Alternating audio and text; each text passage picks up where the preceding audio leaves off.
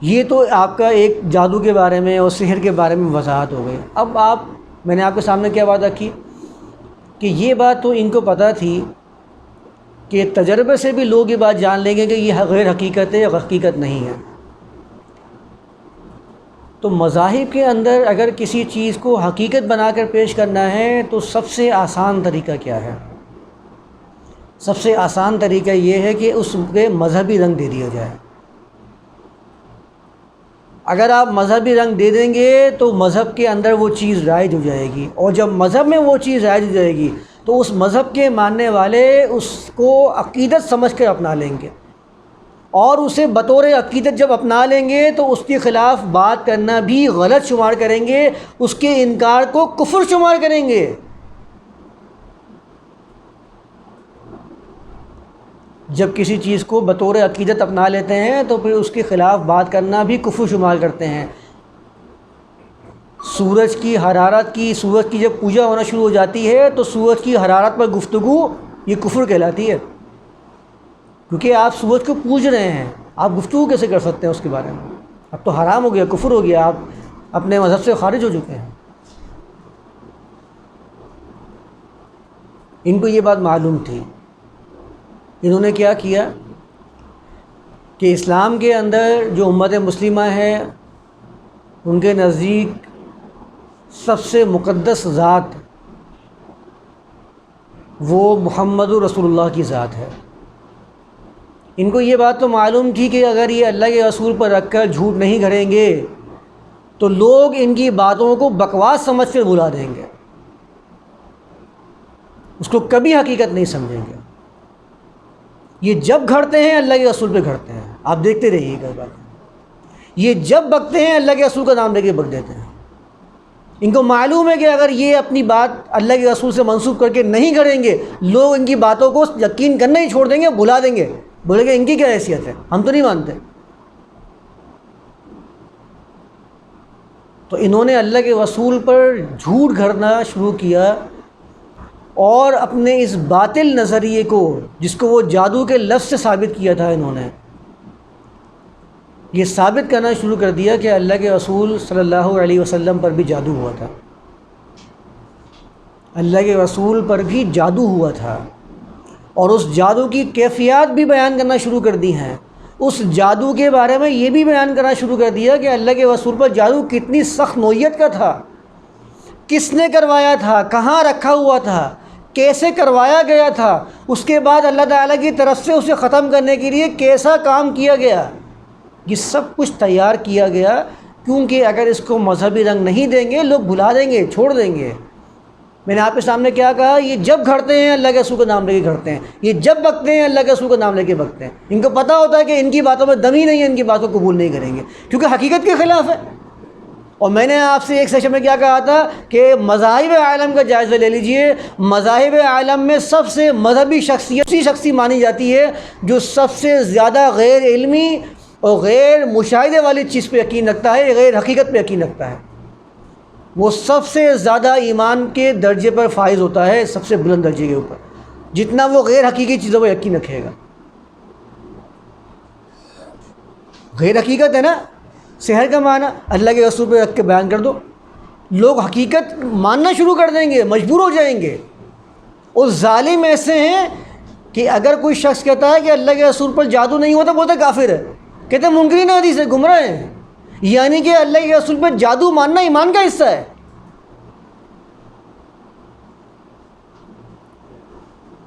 قرآن کہتا ہے، کفار کا اعتراض پیش کرتا ہے قرآن، کہتا ہے وَقَالَ الظَّالِمُونَ إِن تَتَّبِعُونَ إِلَّا رَجُلًا مَسْحُورًا، یہ ظالم، ان کا تم ظلم تو دیکھو، کہتے ہیں کہ تم ایک جادو زدہ شخص کی اتباع کرتے ہو، مسحور کی اتباع کرتے ہو، اللہ کے رسول کو کہا جا رہا ہے کافر کہہ رہے ہیں، ظالم کہہ رہے ہیں، اللہ کو ظالم کہہ رہا ہے۔ اللہ کہتا ہے کہ یہ ظالم ہیں، کہتے ہیں کہ تم ایک جادو زدہ شخص کی اتباع کرتے ہو، جس پر جادو کیا گیا ہے، تم اس کی اتباع کرتے ہو۔ اللہ کہتا ہے انظر کیف ضربوا لک الامثال، تم دیکھو تو صحیح تمہارے بارے میں کیسی مثالیں پیش کرتے ہیں۔ فضلوا فلا فضلوا پہلے بیان کیا، گمراہ ہیں، گمراہ ہو چکے ہیں، اور گمراہ بھی عام گمراہ نہیں ہو چکے ہیں، گمراہ شاید کبھی راستہ پا لیتا ہے، فلا یستطیعون سبیلا، گمراہ بھی اس درجے کے ہوئے ہیں جو راستہ کبھی پا ہی نہیں سکتا، کبھی راستے پہ آ ہی نہیں سکتا ہے۔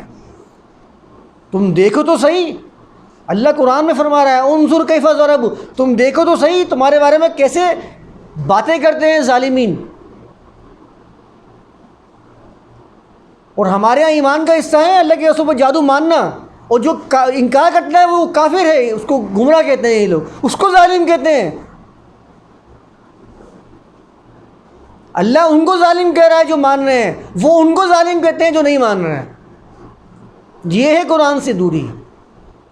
ہر وہ چیز جو قرآن کے اندر موجود ہے وہ تو ان کو اپنانی ہی نہیں ہے، اس کے برعکس چیزوں کو اپنا کے بیٹھے ہوئے ہیں۔ ایک لمبی لسٹ ہے میرے پاس، جو میں بیان کرنے بیٹھوں تو پورا 10 ہی اس کے اوپر ہو جائے گا ہمارا۔ آج ہی میں ایک بندے کا بیان سن رہا، کہتا ہے مواحد کے لیے ایک وہابی ہے، اہل حدیث ہے، وہ کبھی بریلوی کے پیچھے نماز پڑھ رہا ہے، کبھی دیوبندی کے پیچھے نماز پڑھ رہا ہے، آخر میں جناب فتویٰ لگاتے ہیں مواحد تو وہ ہوتا ہے جو مشرکین کے پیچھے نماز نہیں پڑھتا۔ نہ کوئی آیت ہے نہ کوئی حدیث ہے، نہ قرآن کی کوئی آیت ہے نہ حدیث ہے کہ مشرکین کے پیچھے نماز نہیں ہوتی۔ ایک سنگل آیت مجھے دکھا دیں قرآن کے اندر، ایک سنگل حدیث دکھا دیں مجھے، کسی ضعیف سند کے ساتھ ہی دکھا دیں جس میں لکھا ہو کہ مشرکین یا ایسے جو غیر آپ کے فرقے والے ہیں بدعتی، ان کے پیچھے نماز نہیں ہوتی۔ پوری کتابیں لکھی ہوئی ہیں، بدعتی کے پیچھے نماز پڑھنے کا حکم پوری کتابیں لکھی ہیں، اور جس کے ماننے والے ہیں قرآن و حدیث کے، اس میں ایک اشارہ تک موجود نہیں ہے کہ آپ نماز نہیں پڑھیں گے بدعتی کے پیچھے۔ لے دے کے چند اقوال مل جاتے ہیں اپنے ایسے مولویوں کے اور فرقہ بندی والوں کے، اس امام نے یہ کہہ دیا، اس امام نے یہ کہہ دیا۔ ان کے امام بھی سارے کے سارے جو ہیں اپنے اپنے چنے ہوئے ہیں، ان کا امام ہوگا تو ان کے مطابق بات کرتا ہے، ان کا اہل حدیث کا امام ہے تو ان کے مطابق بات کرتا ہے۔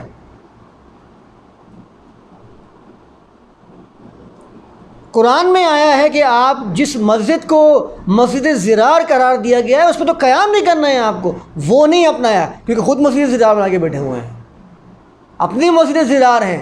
کیونکہ مسجد زرار کی تو صفت کیا فرمائی ہے، ایسی مسجد جس کی صفت زرار ہو، ضرر ہو، نقصان پہنچانے والی ہو۔ کیا اسلام کو نقصان نہیں پہنچایا فرقے بندی کی مسجدوں نے؟ وَكُفْرًا وَتَفْرِيقًا بَيْنَ الْمُؤْمِنِينَ، کیا تفریقاً بین المؤمنین مساجد کے ذریعے نہیں کی جا رہی اس طریقے سے؟ ہر وہ چیز جو قرآن میں موجود ہے اس کے خلاف کام کرنے کی کوشش کرتے ہیں، اپنی ساری توانائیاں قرآن کے خلاف اپنائے ہوئے نظریات میں صرف کرتے ہیں۔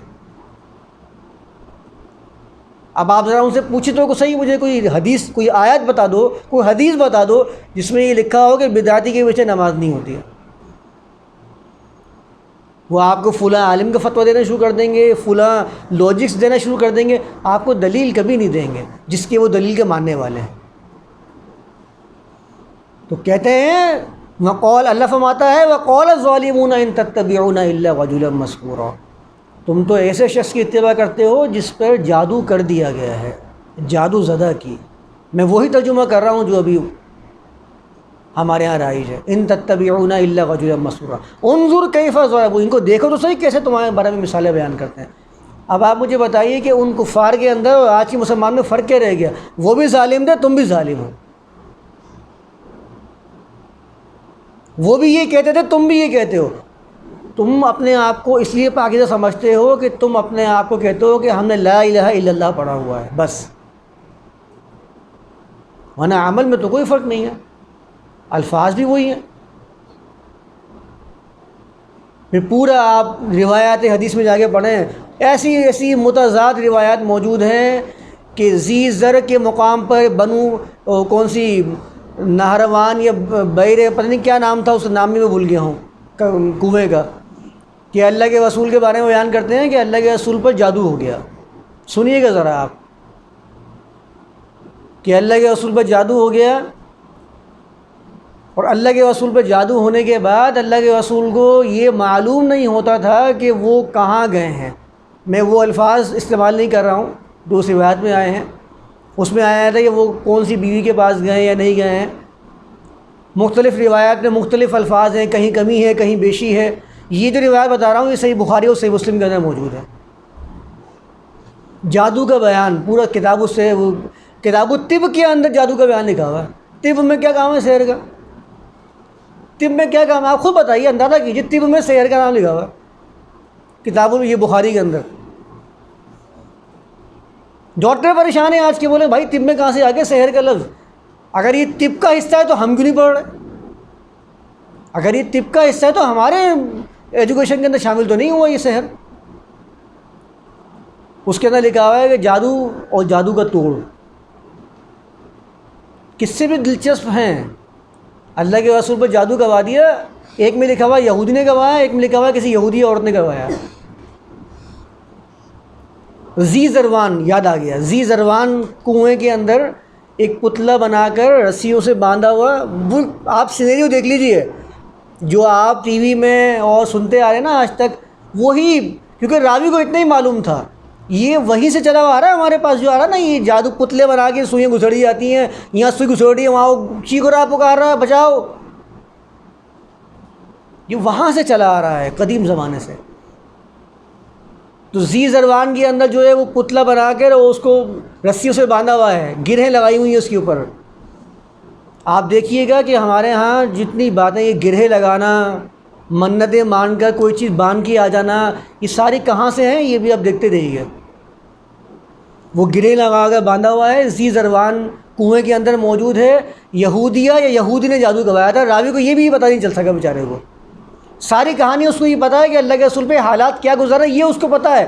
اللہ کے رسول کی دلی کیفیت بھی اس کو معلوم ہے کہ ان کو معلوم نہیں ہوتا تھا کہ میں نے کیا کیا ہے. ایسا لگتا تھا کہ انہوں نے کر لیا ہے لیکن انہوں نے کیا نہیں ہوتا تھا. اس کو پتہ ہے یہ بات، دلی کیفیت کا بھی پتہ ہے اللہ کے رسول کی، لیکن اس کو نام نہیں پتہ کہ یہودی یا یہودیہ تھی. اور اس کے اندر کئی عرصہ گزر گیا. یہ راوی نے اتنا بیان کیا کیونکہ راوی کو پتہ تھا اگر زیادہ بیان کروں گا پھنس جاؤں گا. جھوٹ کم سے کم بیان کرو، زیادہ بیان کروں گا جواب دینے پڑ جائیں گے، مشکل ہو جائے گا. کیونکہ آگے سوال یہ بھی اٹھیں گے کہ بھائی اللہ کے رسول پر کیا وحی کا سلسلہ رک گیا؟ کہ اس ٹائم جو اللہ کے رسول پہ وحی آ رہی تھی تو کیا اللہ کے رسول کو یہ معلوم نہیں ہوتا تھا کہ میں نے لوگوں کو بتا دیا ہے اور بتایا نہیں ہوتا تھا؟ تو آپ مجھے بتائیے، گستاخی کے مواد تو آپ کی اپنی کتابوں میں موجود ہیں، آپ دوسروں کو قتل کے فتوے لگا رہے ہیں. بدترین گستاخی ہے اللہ کے رسول کی شان کے اندر کہ آپ اللہ کے رسول کو جادو زدہ قرار دے دیں اور یہ ثابت کر دیں کہ اللہ کے رسول پر جادو ہوا تھا. تو ایسا پیریڈ اس راوی نے وقفہ بیان نہیں کیا کہ وہ وقفہ کتنا لمبا تھا جادو کا، وہ پیریڈ کتنا بڑا تھا. وقفہ میں اس لیے کہہ رہا ہوں کہ ظاہر ہے وہ یہ تو ثابت کرے گا نہیں کہ وہی آ رہی ہوگی اس کے اندر. اس میں اللہ کے رسول کی جو صلات تھی اس کا کیا ہوا؟ اس میں اللہ کے رسول کے جو دینی معاملات تھے اس کا کیا ہوا؟ اس نے وہ ٹائم پیریڈ بیان ہی نہیں کیا.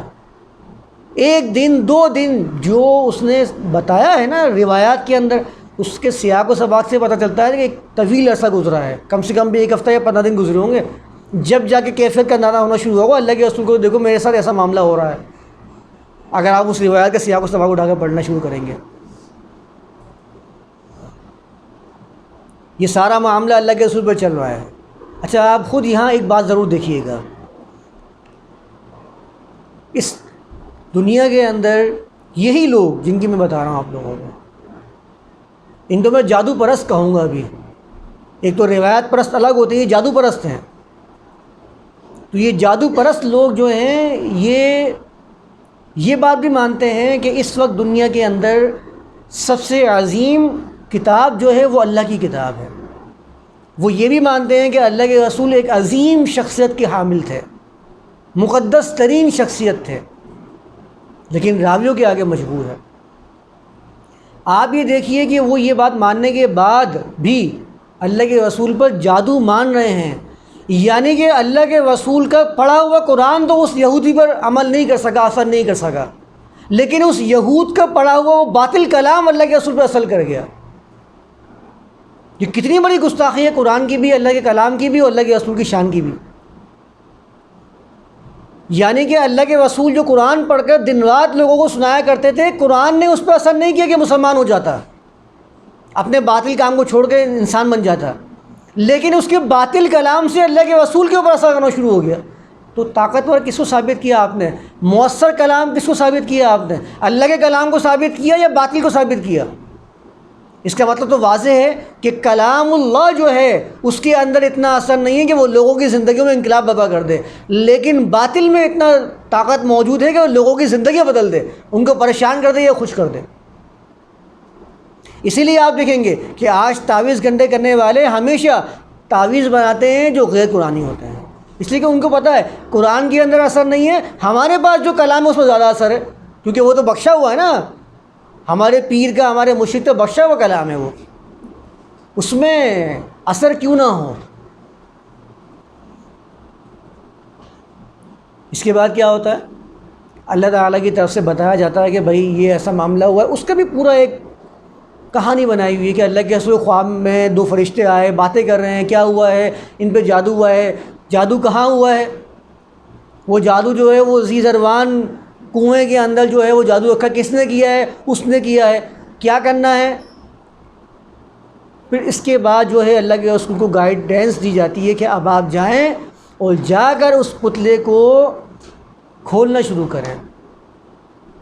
اللہ کے رسول جاتے ہیں اور حضرت علی بن ابی طالب کا نام آیا ہے، روایات کی کتاب ہے مشکل الاثار طحاوی کی، اس کے اندر الفاظ لکھے ہوئے ہیں کہ علی بن ابی طالب سے کہا کہ آپ کنویں میں اتریں اور وہ پتلا لے کر آئیے۔ جب وہ پتلا لے کر آتے ہیں تو اس وقت اللہ کے رسول پر سورۃ الفلق اور سورۃ الناس کا نزول ہوتا ہے۔ سورۃ الفلق اور سورۃ الناس اس کا نزول ہوتا ہے، یہ شان نزول بیان کیا جاتا ہے سورۃ الفلق سورۃ الناس کا۔ پوچھتے ہیں کب نازل ہوئی؟ کہتے ہیں کہ اللہ کے رسول پر جب جادو ہوا تھا اس وقت سورۃ الفلق اور سورۃ الناس نازل ہوئی تھی۔ بھائی کیوں نازل ہوئی ہے؟ جادو کے توڑ کے لیے۔ پھر آپ کہتے ہیں کہ قرآن کو منتر نہیں کہتے ہم، تو آپ قرآن کو جنتر منتر ہی تو بنا رہے ہیں۔ اب ذرا آپ قرآن میں جا کے دیکھیں، سورۃ الفلق اور سورۃ الناس اس کے ساتھ لکھا ہوا کیا ہے؟ مکیہ لکھا ہوا ہے یا مدنیہ لکھا ہوا ہے؟ اس واقعے کے بارے میں کیا بتاتے ہیں آپ کہ یہود نے مدینے کے اندر اللہ کے رسول پر جادو کیا تھا۔ سورۃ الفلق اور سورۃ الناس مکی صورتیں ہیں، اور آپ بھی ثابت کر رہے ہیں کہ سورۃ الفلق اور سورۃ الناس مدینے میں نازل ہوئی تھی، تو پھر آپ بتائیے قرآن میں مکی کو لکھا ہے، غلط کیا ہے؟ قرآن میں مکی لکھا ہوا غلط ہے یا آپ کا بیان کیا ہوا غلط ہے؟ یقیناً پھر آپ کا بیان کیا ہوا غلط ہے، کیونکہ جھوٹ جو ہے وہ اسی طرح سے بے پرواہ ہوتا ہے۔ جھوٹ کو کسی کی پرواہ نہیں ہوتی کہ میں نے پہلے کیا کہا تھا اب کیا کہنا ہے۔ جھوٹ کو کیا پرواہ؟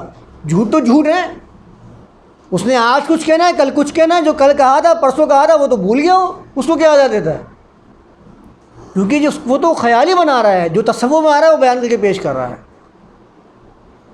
اب علی بن ابی طالب اس کو نکالتے ہیں، ایک ایک گرہ کھولتے جاتے ہیں، سورۃ الفلق اور سورۃ الناس پڑھتے جاتے ہیں، اور اللہ کے رسول کی کیفیت کے اندر تبدیلی آنا شروع ہو جاتی ہے، اور آخر میں جب سورۃ الناس پڑھنے کے بعد جب ختم کرتے ہیں اور سارے وہ گرہیں اور سوئیاں سب نکال دیتے ہیں، تو اللہ کے رسول جو ہیں وہ دوبارہ سے اپنی پرانی والی کیفیت پر واپس آ جاتے ہیں۔ یہ اللہ کے رسول کے بارے میں بیان کر رہے ہیں آپ۔ یہ ظلم تو کسی مذہب نے اپنے مذہب کے بانی کے لیے نہیں کیا، یہ وہ ظلم ہے۔ آپ مذاہب عالم کا جائزہ لیجئے، جو جس مذہب کے ماننے والے ہیں وہ ہمیشہ اپنے مذہب کے جو بانی ہیں ان کو سب سے بلند بیان کرتے ہیں، ان کے بارے میں یہ بیان کرتے ہیں کہ یہ سب سے بلند اور سب سے زیادہ مؤثر شخصیت تھی۔ اور ہمارے ہاں اللہ کے رسول محمد رسول اللہ کے بارے میں یہ پیش کیا جاتا ہے کہ ایک عام ٹچا مچا یہودی تھا، جادوگر تھا، اس نے اللہ کے رسول پہ غلبہ حاصل کر لیا اپنے پڑھن کے ذریعے، اور اللہ کے رسول ایک امت مسلمہ کے لیڈر، اللہ کے سب سے جو ہیں وہ اللہ کے مقرب رسول، اللہ کے خاتم النبیین، ان کا بیان کیا ہوا، ان کا سنایا ہوا کلام ان پر کوئی اثر نہیں کر سکا، اور اللہ کے رسول پر ایسی کیفیت آ گئی کہ اللہ کے رسول کو یہ معلوم ہی نہیں ہوتا کہ میں نے کب کیا کیا۔ یہ الفاظ کے اندر موجود ہیں، آپ پڑھ سکتے ہیں جا کے، اور پتہ نہیں کیا کیا الفاظ ہوں گے۔ میں تو آپ کو بنیادی جو کتاب ہے نا 3-4 اس سے بتا رہا ہوں، ورنہ روایات کی کتاب، تاریخ کی کتاب تو اتنی ہے کہ آپ کبھی زندگی میں تو نہیں پڑھ سکتے اس کو۔ کوئی عالم جو ہے 30 سال بھی لگا لینا وہ کتابیں نہیں پڑھ سکتا، اتنی ساری کتاب ہیں۔ یہ دعوے سے کہہ رہا ہوں بات تاریخ کی اور روایات کی۔ آپ تاریخ دمشق ابن عساکر کی پڑھ لیجیے، 80 جلدوں میں موجود ہے میرے پاس، 80 جلدوں کے اندر، اس میں کم سے کم 50 دفعہ تو آیا ہوگا یہ والا قصہ، مختلف پیرائے سے لوگوں نے بیان کیا ہے. تو یہ اللہ کے رسول کے اوپر انہوں نے جھوٹ باندھا ہے.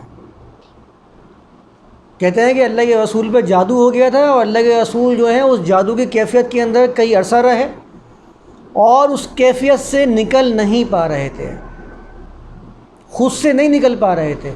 بعد میں جب وہاں سے سورۃ الفلق اور سورۃ الناس آئی ہے تو اللہ کے رسول کے اوپر سے وہ معاملہ ختم ہوا ہے. وہ معاملہ بھی جب ختم ہوا ہے جب وہ دھاگے ہٹائے ہیں تو ختم ہوا ہے. اس کا مطلب یہ ہے کہ اگر وہ دھاگے کھولے نہیں جاتے تو وہ معاملہ ختم ہی نہیں ہوتا، وہ چلتا ہی رہتا. تو اللہ کے رسول کے بارے میں یہ وہ کام ہے کہ بنی اسرائیل نے بھی اپنے چند انبیاء کے اوپر بہتان تراشی کی تھی، انہیں زانی تک قرار دیا ہے. ایسی ایسی روایتیں کھڑی ہیں. انہیں کافر تک قرار دیا ہے کچھ انبیاء کو جن سے وہ بغض رکھتے تھے. اللہ کے رسول عیسیٰ کو انہوں نے کئی دفعہ برائیوں سے بیان کیا ہے جو بنی اسرائیل کی طرف ہی مبعوث فرمائے گئے تھے، اور اسی روش کی طرف امت مسلمہ امت محمدیہ بھی گامزن ہے. اس میں یہ تمیز نہیں ہے کہ وہ اللہ کے رسول محمد رسول اللہ کے بارے میں یہ بات کہہ رہے ہیں، یہ اس نبی کے بارے میں یہ بات کہہ رہے ہیں جن کے بارے میں وہ دعویٰ کرتے ہیں کہ وہ اللہ کے سب سے زیادہ معزز اور سب سے محبوب رسول تھے. یہی دعویٰ ہے نا ان کا. اس دعوے کے بالکل خلاف ہی پیش کرتے ہیں. جن کے بارے میں یہ پیش کرتے ہیں کہ وہ معصوم عن الخطا ہیں، ان کے بارے میں خطائیں ثابت کرتے ہیں. معصوم عن الخطا قرار دینے کے بعد جب آپ یہ کہہ رہے ہیں کہ اللہ کے رسول کو پتہ نہیں چلتا تھا، تو میں اگر اس میں کچھ اضافہ کر دوں تو یہ ناجائز تو نہیں ہوگا کہ اللہ کے رسول صلاۃ ادا کر لیا کرتے تھے، یہ معلوم نہیں ہوتا تھا کہ میں نے وضو کیا ہے نہیں کیا، غسل کیا ہے نہیں کیا. اگر میں بھی اضافہ کر دوں تو ناجائز تو نہیں ہوگا، کیونکہ اگر راوی نے کیفیت کو بیان کیا ہے تو اس نے کون سا دیکھ کے بیان کیا ہے؟ اس نے بھی تو گمان ہی کیا ہے کہ اللہ کے رسول کو معلوم ہی نہیں ہوتا تھا کہ میں نے کیا ہے کیا نہیں کیا. یہ تو اللہ کے رسول کی داخلی کیفیت کا نام ہے، ظاہری کیفیت کا نام تھوڑی ہے.